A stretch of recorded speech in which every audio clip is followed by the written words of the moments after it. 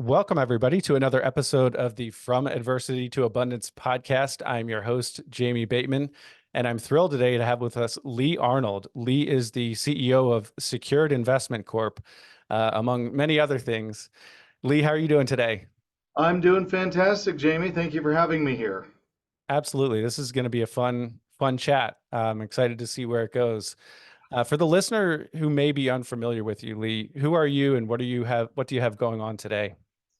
Well, my name is Lee Arnold. I'm the CEO of a company called Secure Investment Corp, which under that has some subsidiary brands, including Kogo Capital, the Lee Arnold System, Real Estate Investing, Lake City Servicing. We're a full service real estate investor, construction company, real estate agency. So we've got a lot going on, but everything related to and involving real estate. Love it. And as I've gotten to be more familiar with what you have going on, I'm very impressed, and it's quite a lot, that's for sure. So we'll get back to that more, and we'll drill in a little bit more on what you have going on and how you all are serving. And I want to get to some of the ways your nonprofit and some of the ways you all are contributing to society, I think in a really positive way. But before we get there, I know it hasn't always been rainbows and butterflies and unicorns. And so I know the 2008 crash, the real estate crash and crisis impacted you and your businesses. Do you mind Yep. starting there with your backstory and let us know kind of how things unfolded from that point for you? Sure. Yeah, I started investing back in 1995. I saw an infomercial on TV, and that's how I got into all this. So flipped my first house right out of high school, and just started doing more and more of that. 2004, 5, 6, and 7, I got heavily involved in real estate development. I was developing very large, multi-million dollar properties. And so when 2008 came, it was painful. We lost a lot of money. A lot of developments went belly up. Real estate portfolio got wiped out. Just I was running very fast and very thin because I saw this huge payout at the end of the horizon. But Hmm. as we know, Bear Stearns went down in 8, then Lehman Brothers, or August of 8, Lehman Brothers goes down in September, and then the whole thing just fell out. In one day, I went from 68 employees to 4 employees. So 64 employees Wow. got laid off in a day.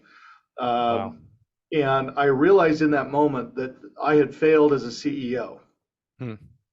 because I was not being a good steward of the company's finances, the company's opportunities, and I was running too risky. And so the thing that I learned through the crash is I need to be a better steward of the company's assets and resources and mainly the personnel. I Hmm. heard an adage years ago that as a CEO, it's my job to take care of my employees. It's my employees' job to take care of my customers. And if they do that well, then the customers will take care of the business. And so I was a little out of alignment with what I was doing. I was just driving too hard.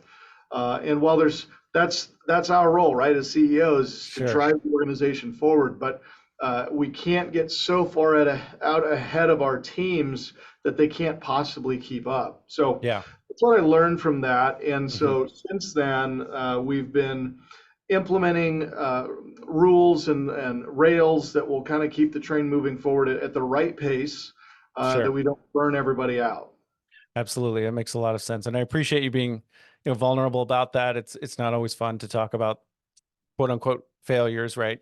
Um, but this is the point of the show is to because there will be adversity for the listener to come, right? And so we want to let people know that someone who is successful now, it wasn't always a straight line up and to the right to success. The path can be rocky, and that's the reality of it. And so I appreciate you sharing that.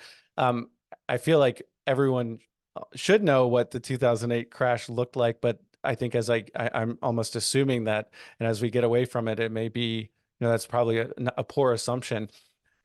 Just for a little bit, do you mind drilling down on sort of what the business looked like and what I know you said you were running too thin and maybe driving too hard, but mechanically speaking, and then we can fast forward.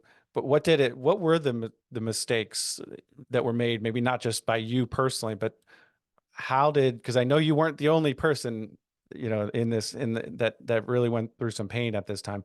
What mechanically went wrong at that time? Well, for those that don't recall, 2000, so we had the September 11th, 2001, the World Trade Center issue. And in an effort to get the economy chugging again, they dropped interest rates to zero, where they stayed for a long period of time, all the way through 2008 and 9. And so money was cheap. There wasn't a lot of requirements to get it. And so we were buying a lot of property, single family, multifamily. I was developing $20 million ski in, ski out houses on the backside of Deer Valley in Park City, Utah. Just had a lot of things going on in a lot of places, and it was all being done through highly leveraged property. So my real estate portfolio, for example, I had a lot of rentals that I had over leveraged to create liquidity, and then I was lending it out as a private money lender, creating notes. And when the market shifts and all of this crashes, the thing that people are going to pay on last are the real estate investments that are non-performing, the land that we had funded for new developments that were partially constructed. All of these things stopped paying, and we lost sight of what the government is always going to focus on in times of calamity, and that is affordable housing.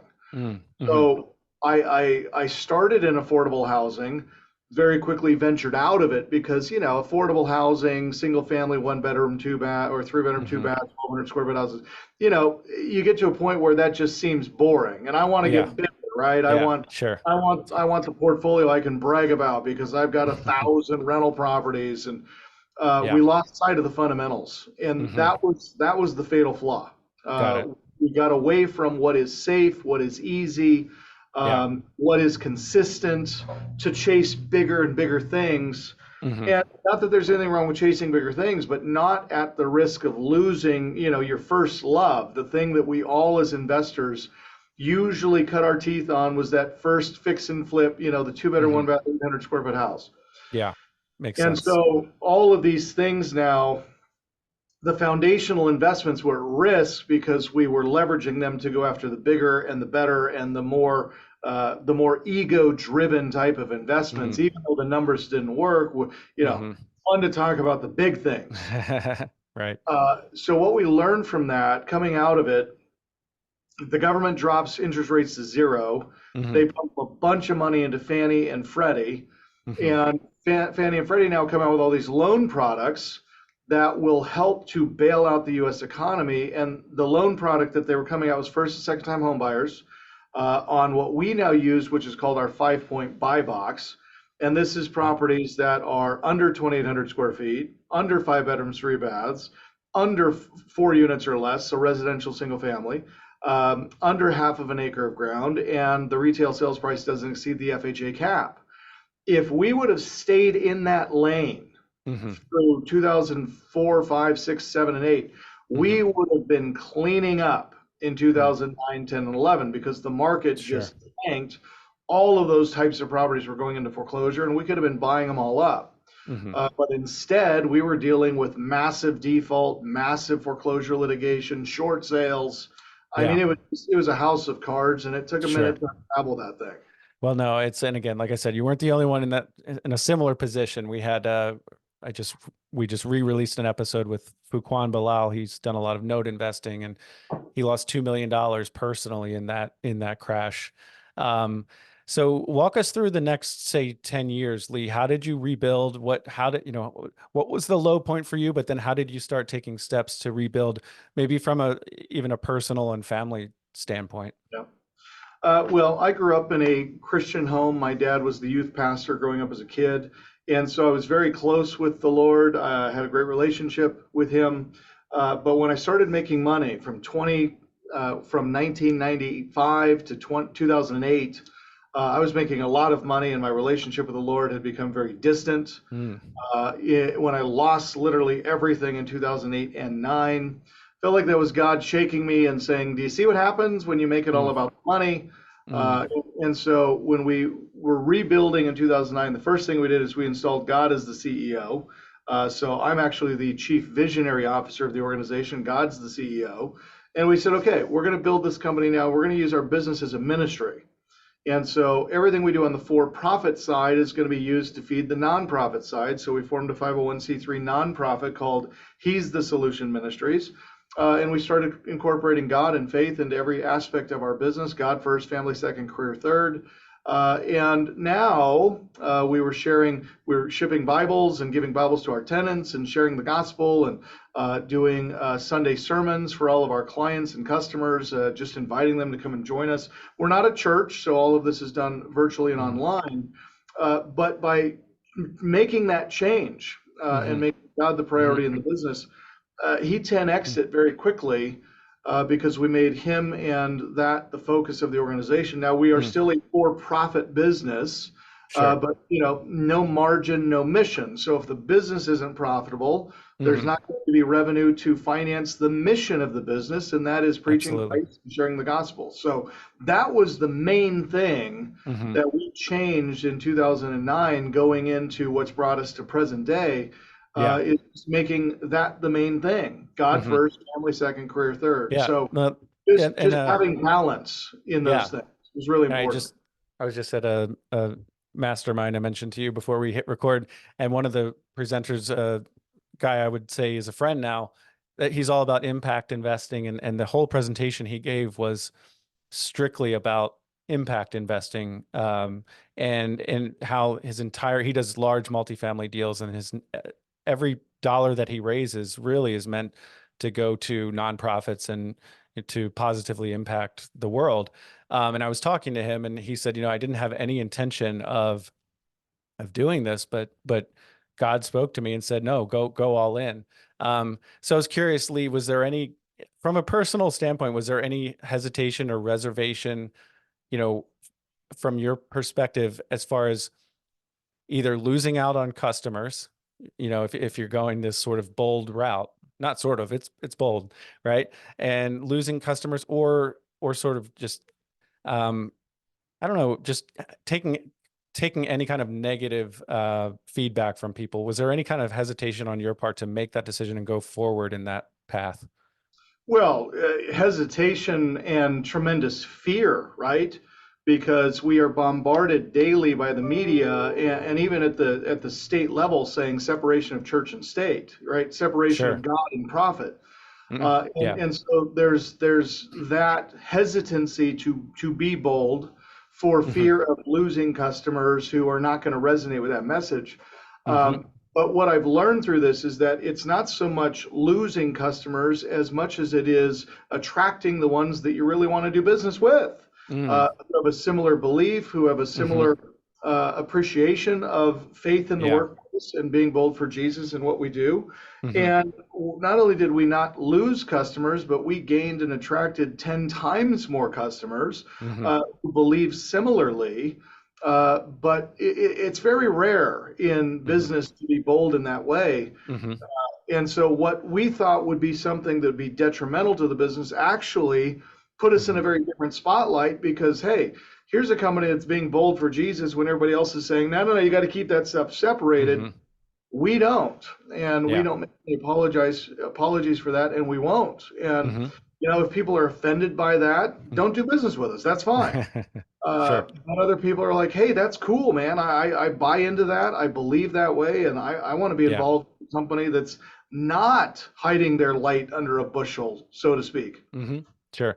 Well, it sounds like in a lot of ways you were brought to your knees by circumstances. I mean, by God, and you became vulnerable and listened, right?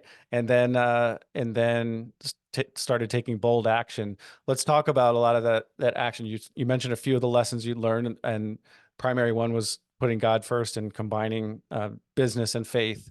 Um, how did you technically start applying those lessons? What businesses did you build over the next 10, 15 years? It's the core fundamentals of the business have not changed dramatically. We're still doing the same things, right? We're still doing real estate investment education. We're still providing funding for our client base through access to private capital. We're still running private equity funds to provide those funds for those investments. We're still servicing the loans that we are originating. So not a lot of the core business has changed from that standpoint. We've not added any new verticals that didn't exist pre-crash. So the Hmm. business as a whole is still, for the most part, still what it's always been, real Hmm. estate focused. But where profits were the main driver, Hmm. now the main driver is purpose and intentionality in serving. So it's a service-led mentality where my desire for anybody that comes in our organization is to serve them in a way that will be meaningful and impactful for them, their business, their family, their desired outcomes.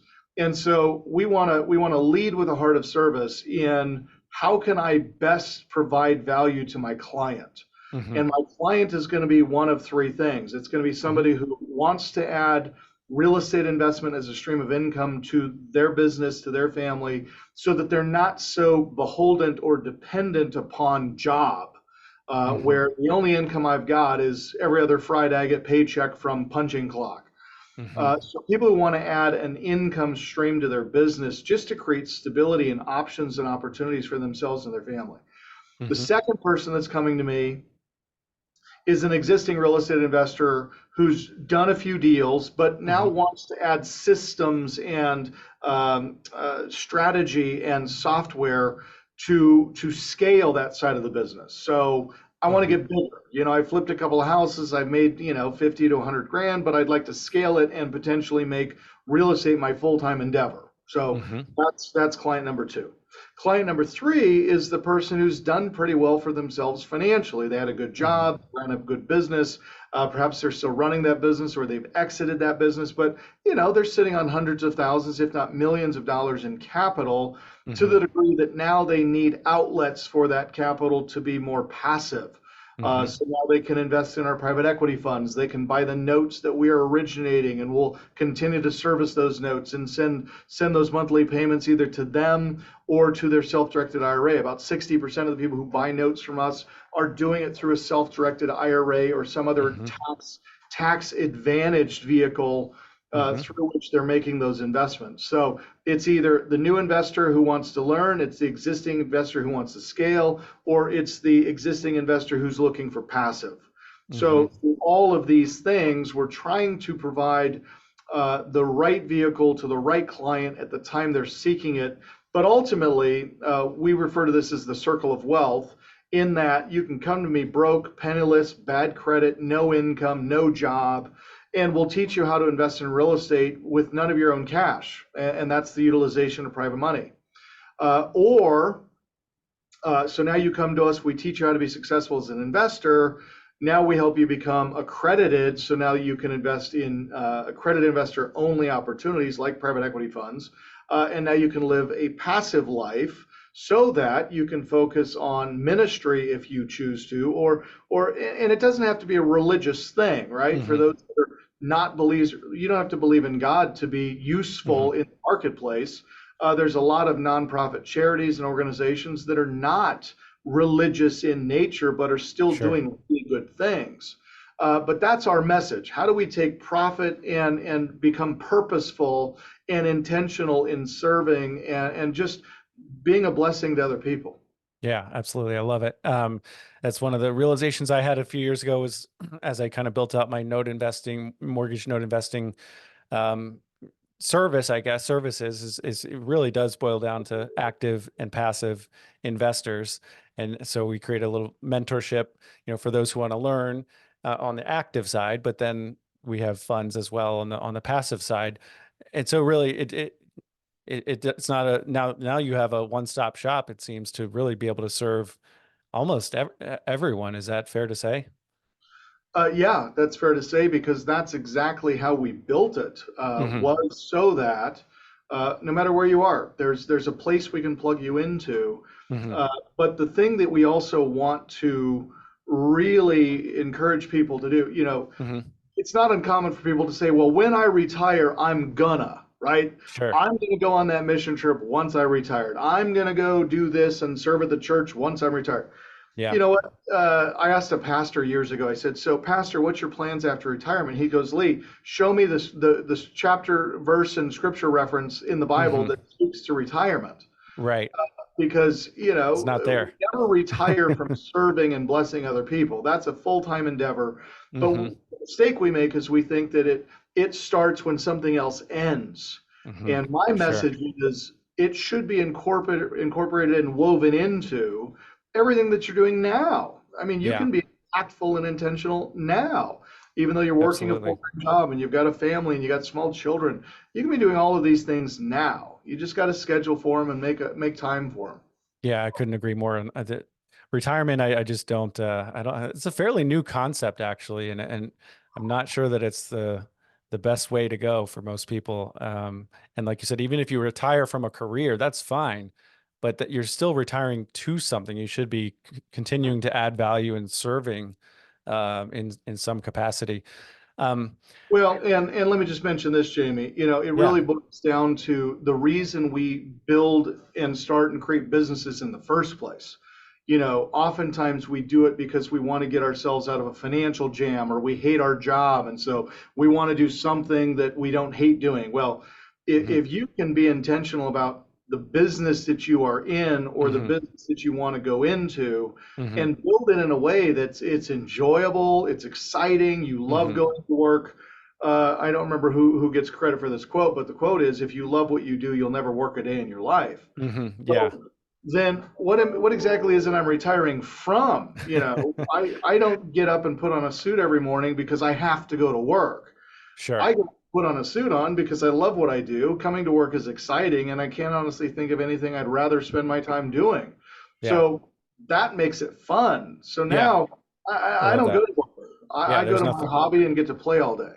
Yeah, that's fantastic. But I will say, you talked a lot about serving others and serving your clients.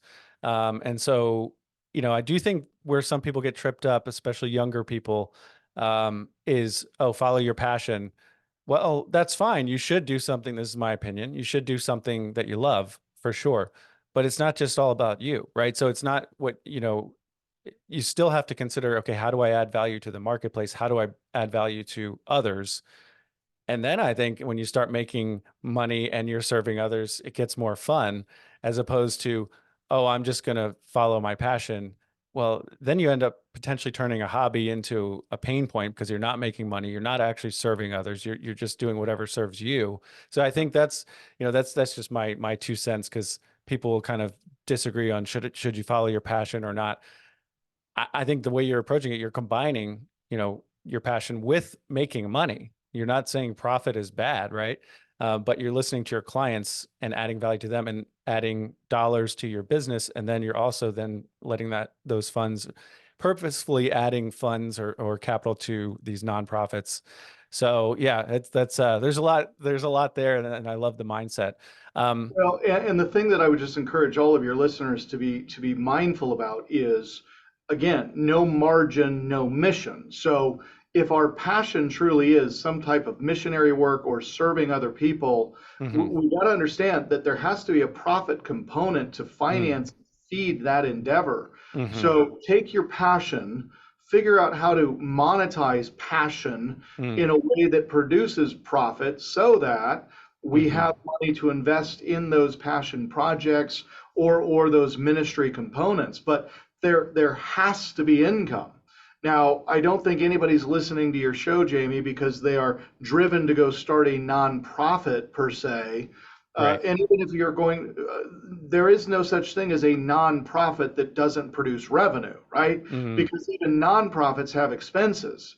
So sure. you can either build a business that will finance the expenses of the nonprofit, or you can go all in on a nonprofit and understand you got to find guys like me and you Yeah. that are Yeah. running for-profit organizations that are willing to finance your nonprofit endeavors. Hmm. But there's no such thing as a nonprofit. They still have to produce income to cover expenses. So Hmm. at some point, you have to learn how to steward a for-profit business. And if you can do that in something that you are passionate about, Hmm. that's More great. power to you. That's Right. the goal. That's a Absolutely. big win. I love it. Yeah. Unfortunately, I think profit and capitalism because of a few bad apples that they get a bad name. But so we need more of us who are doing good out there. So I love it. Um, I've got some rapid fire questions. Are you ready? Sure. What's one thing that people misunderstand about you, Lee? Oh, that is a rapid fire question. That one trips people up sometimes, I'll be honest. I think that where people misjudge me is I have been accused of being a charlatan. I have been accused of using my faith to fleece the flock, if you will. Mm, And people think that everything I'm talking about here about faith and purpose and intentionality in mhm, mission is all being said or done to get people in so I can take their money. mhm, You know what? I don't really need money. mhm, I don't need to make more money. I don't. I could shut the whole thing down and just go flip houses and service loans and write mhm, paper, and I'd be fine. I mean, my organization could be substantially smaller, and quite mhm. honestly, I'd probably make more money because I wouldn't have all Get the these overhead. employees and people I got to Sure. pay. But what I've learned is by running a larger and larger and larger organization and Hmm. scaling the for-profit side of the business, Hmm. I have a greater capacity to attract and interact and engage and potentially persuade and influence more people. Let's go Great back to point. 1995, right? Hmm. I'm just flipping houses. I'm doing 10 or 15 deals a year, which could provide a very nice living.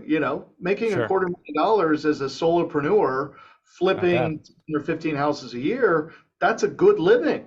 Sure. And I should have just done that, right? But here's the problem. If I'm only flipping 10 or 15 houses a year, I'm interacting and engaging and influencing with 10 or 15 sellers, 10 or 15 buyers, 10 or 15 tenants, 10 or 15 mortgage lenders, right? So I don't have the same reach for Yeah. ministry as I have when I'm running a real estate education company nationwide. We're lending nationwide. I mean, I've got a database of over 1 million people that I communicate with on a daily, weekly basis. We send almost 50 million emails a month out of this office. So there's a much greater capacity to Hmm. influence and persuade on a much larger scale. It was Billy Graham who said, the next evangelical movement will not occur in the church. It will occur in the business. Mm. And so when I'm operating business as a ministry, the bigger Hmm. the business, the bigger the ministry. Hmm. So Sure. Got it. that's the mistake people make about me, is Yeah. thinking I'm doing this for the money. And don't get Well, me wrong, I do fine. God's taken very good care of me yeah. financially, Yeah. but that's not what motivates me. I mean, yeah, I personally don't think there's anything wrong with wanting to have more money, right? There's nothing wrong with that. But I was going to say, if you're not, if you're not taking some shots somewhere, you're probably not, making a big enough impact, right? And I'm just speaking broadly about anyone.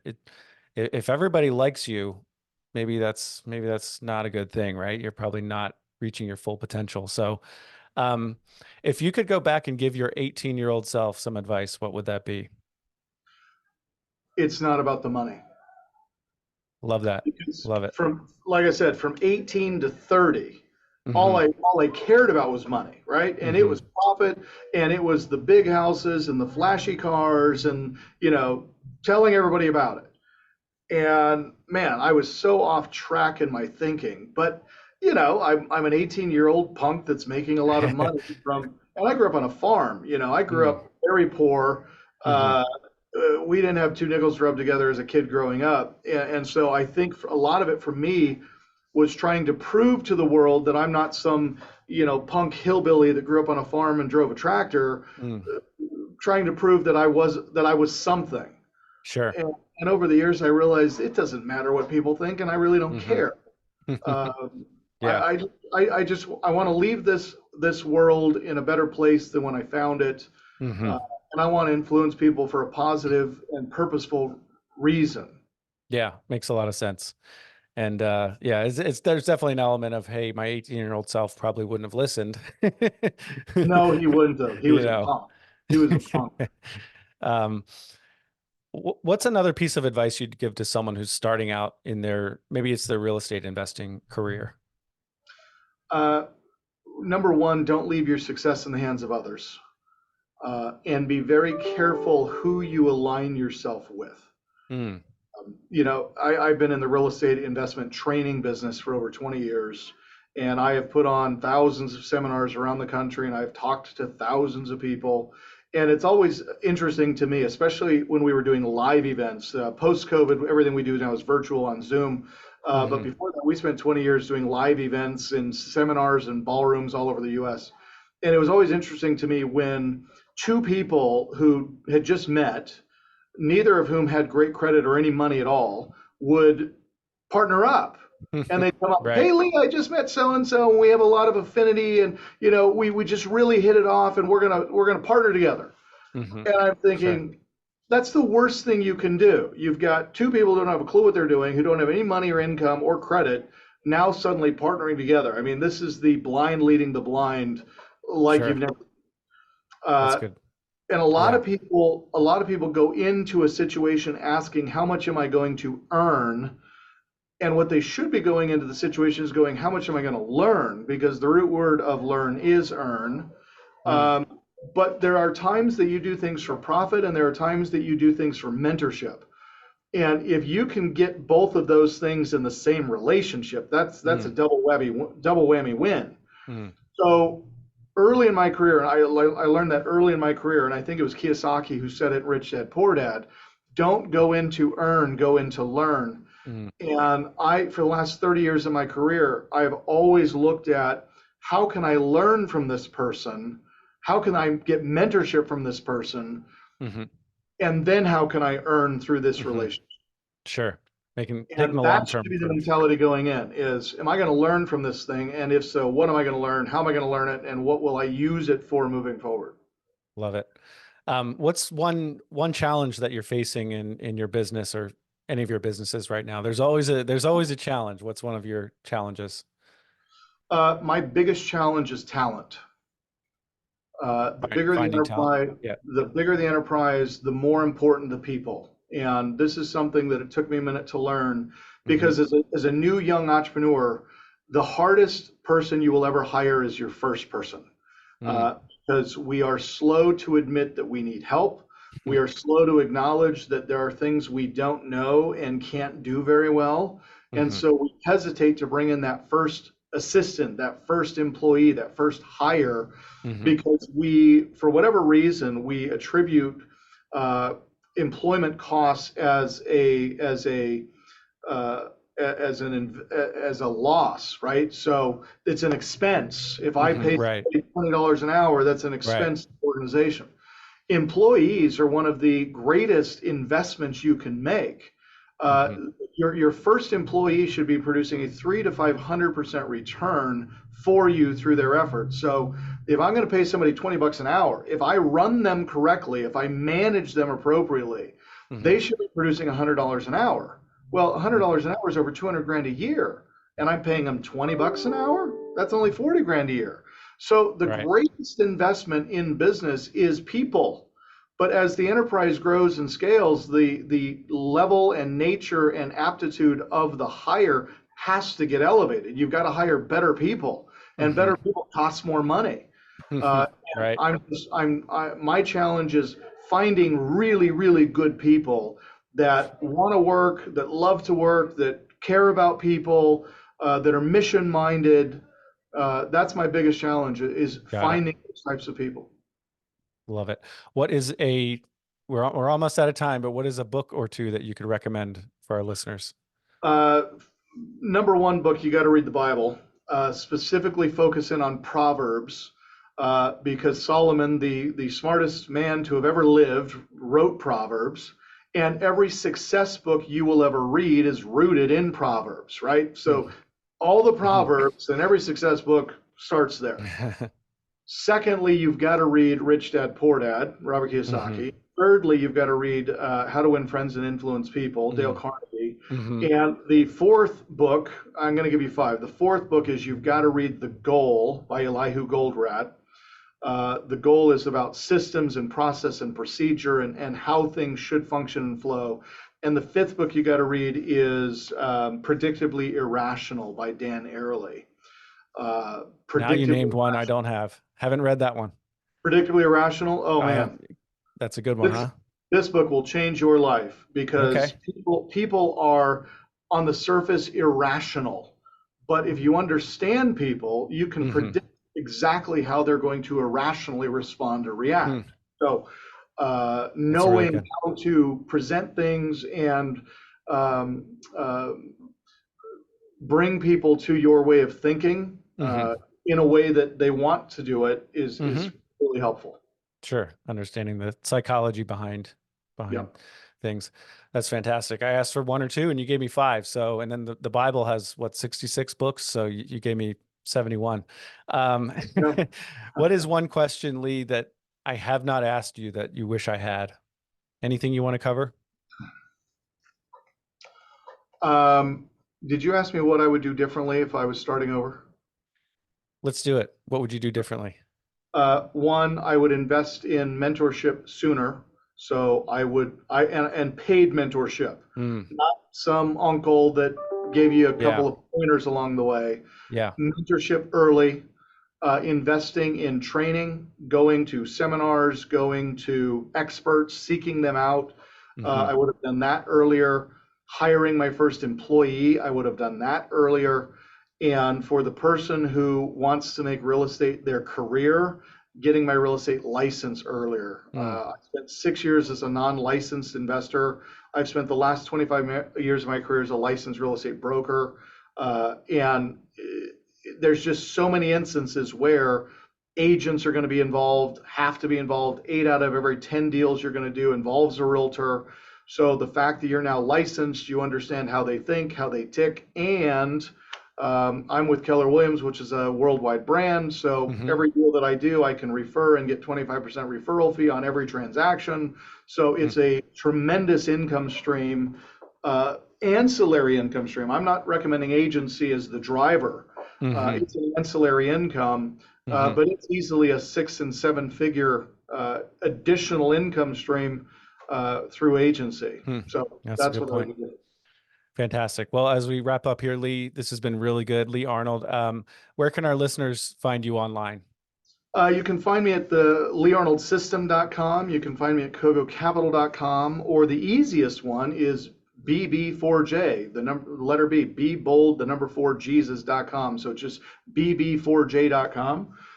There you can learn more about our ministry and our national conference that's held every October. But we'd love to engage, connect, and interact with you in any one of those components. Sounds great. Thank you so much, Lee. This has been fantastic. Appreciate your time. My pleasure. Thanks for having me, Jamie. Absolutely. And to the listener out there, thank you for spending your most valuable resource with us, and that is your time. Thanks, everyone. Take care.